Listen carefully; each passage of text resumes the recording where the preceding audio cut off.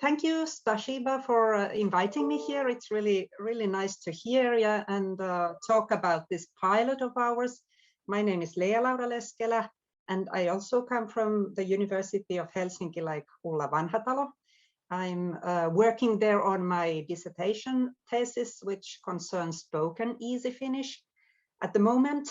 But I have to tell you that I have a long history in working in Selkokeskus, the Finnish Center for Easy Language, where I have been working and providing trainings for easy language writers, almost 20 years. So I have a long experience as a hands-on expert of easy Finnish.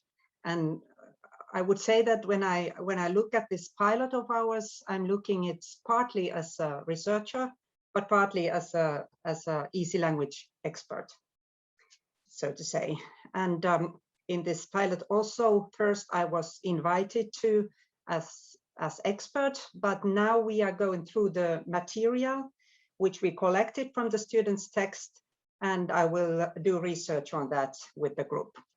I tell you a little bit later more about that.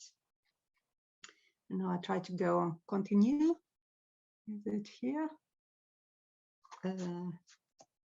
So the slide was changed, wasn't it? I hope. Some basic issues first, to which actually Ulla already was referring to. In the recent years, we know that the need for easy language is growing rapidly also in Finland. And the way we look at these target groups who need easy language, we have in Finland this kind of a division to three quite different groups. We think that one group is persons with innate and probably lifelong need for easy language, such as persons with intellectual disabilities or persons in the spectrum of autism. Then we had another group, persons whose linguistic skills are impaired due to an injury or illness or trauma acquired during their lifetime. This means persons with dementing illnesses or persons with aphasia. And then third group, we see persons who do not speak Finnish or Swedish yet good enough, who have probably temporarily need for easy language learners who are studying Finnish or Swedish. So these are the groups to whom we are providing and writing easy language texts in Finland. Oh, sorry.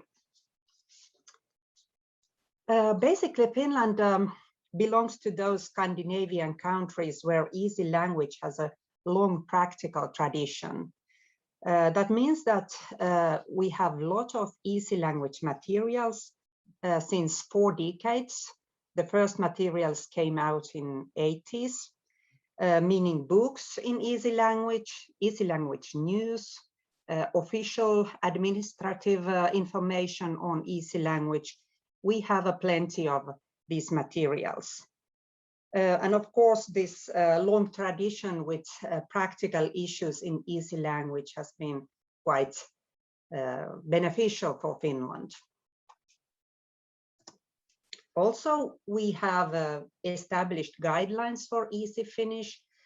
We call them guidelines or recommendations, not rules for easy Finnish. The largest is the Finnish Easy to Read meter, which includes 106 criteria for writing a good easy Finnish text. This was published in 2018, and now we are refining it. We also have recommendations for speaking easy Finnish. There are 45 recommendations for this purpose. And these guidelines for spoken easy Finnish are meant for speakers in a linguistically asymmetrical conversation. This is my dissertation thesis theme. But the problem is that what we do not have enough research, or I could say that it's first now growing in Finland. And we still have too few experts producing quality materials in Easy Finnish for those who have language barriers. And particularly this problem that we don't have enough experts will grow in the future because the legislation in Finland for accessibility requires that we use more easy language. And we don't have enough persons who would produce these texts. Also, the generally accepted ethos in Finland says that people should live as independently as possible, take care of their own businesses and communications with let's say, authorities, as well with their friends and relatives. And all this increases the need for easy language in Finland. Now, this was the basic idea, and this was the background for our pilot at the University of Helsinki. In the autumn 2019, we launched the pilot in the master's program in translation and interpreting at the University of Helsinki. And the aim was to observe the students' readiness to produce easy language texts and to acquire skills needed in this kind of special writing. Also, we considered it is important to include in this pilot training for the translation teachers at the university, because easy language was actually quite new for them too. The second round of the pilot was in autumn 2020. There were some changes and refinements in the composition of the pilot, but mainly and largely it remained the same. All in all, we had approximately 30 translations and from 6 to 7 translation teachers, and from 1 to 2 experts of easy language involved in this pilot. I was one of these easy language experts. And this was what we did. The implementation of the pilot was quite simple. First, we provided the students with some theoretical knowledge on the subject. Then we continued that the translation teachers were giving practical training for the students with the texts, and the students got feedback from the teachers as well as from us easy language experts. And at the end, then we organized a workshop for the teachers so that they be able to learn more and discuss with the easy language experts and learn how to evaluate the students' texts. And the texts were processed in 8 language pairs, from standard versions of each language to mainly to easy language, easy Finnish. In the English and Spanish groups, the students first produced a standard Finnish translation of the original text and then continued to modify this to easy Finnish. Then in the French, German, Russian, and another Swedish group, the translation was made directly to easy Finnish. The second Swedish group was slightly different. In the second, or actually it was already the third round of the pilot, they wanted to try to translate not only from foreign language to easy Finnish, which was the mother tongue of the translators, but also from easy Finnish to easy Swedish. Also, it included an assignment to modify the text into plain language. This was an interesting and an important extra experiment in our experiment, because in reality, we know that such assignments occur every now and then.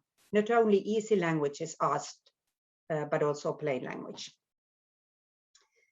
The assignments in our pilot varied largely. In some language groups, the students were allowed to choose themselves for which easy language target groups they translated their texts. In some groups, the translation teachers chose the target groups, and in others, the students were asked to produce the text for all easy language groups, which I presented to you earlier. I think as easy language expert that usually in a small country like Finland, the assignments require to produce an easy language text for all these groups. It is very rare that we have an assignment simply for one group to produce a text for simply for one group. But we were happy to give the teachers and the students a free choice here. The text genres of the original standard language text were of various kinds. There was official information, media texts, also belletristic.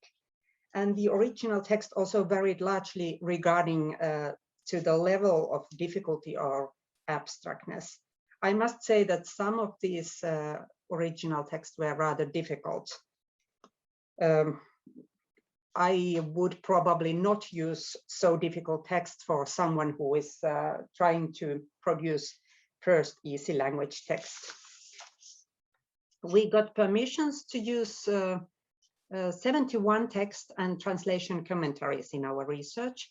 These translation commentaries were reflective commentaries describing the translation process by the students.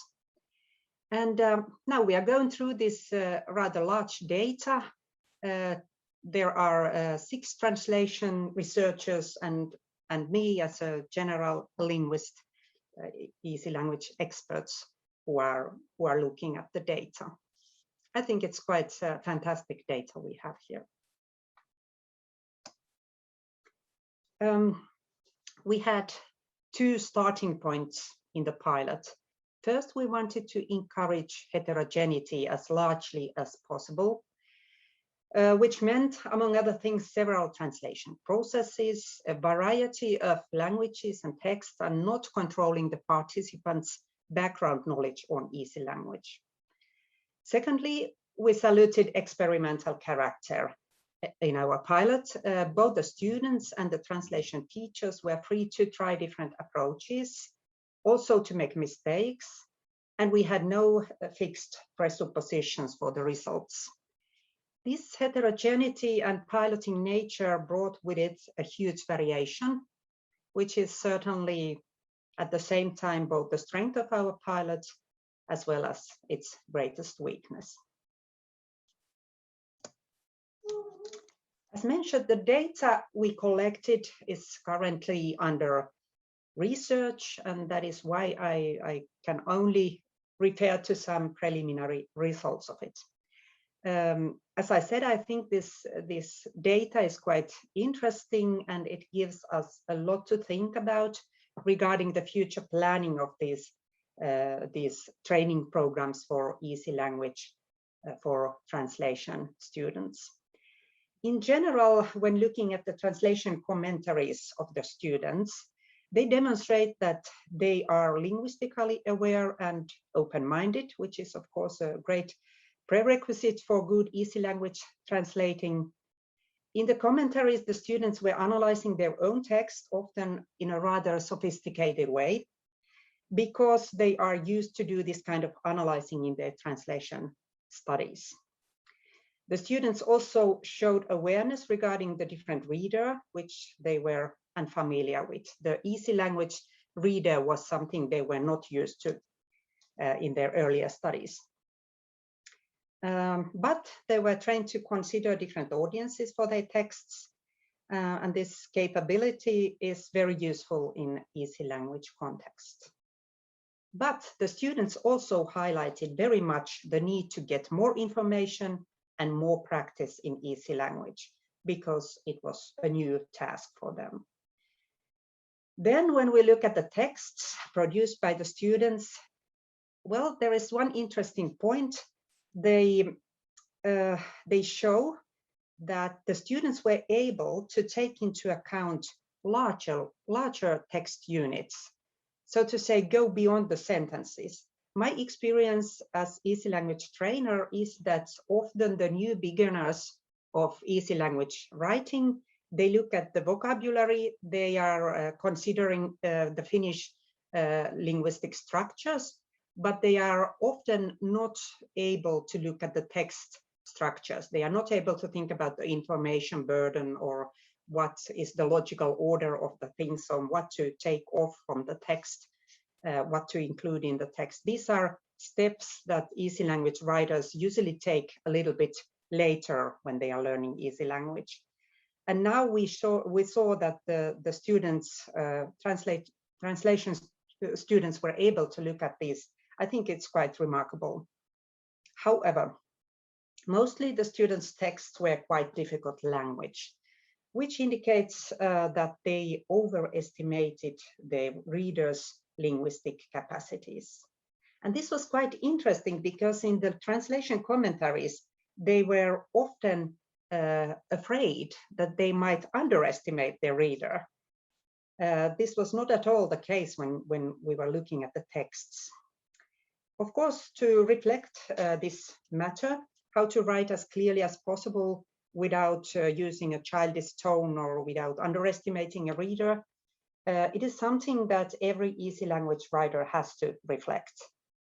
But this must not lead to a text which is too hard for the reader, and there is some kind of a balance that needs to be found in easy language text. Also, the students seem to have a difficulty in detaching from the original text. Writing easy language demands courage to do radical changes to the original text, and the students would have needed more encouragement to accomplish them. It can be concluded that in general, the students' text did not reach the level of basic easy Finnish.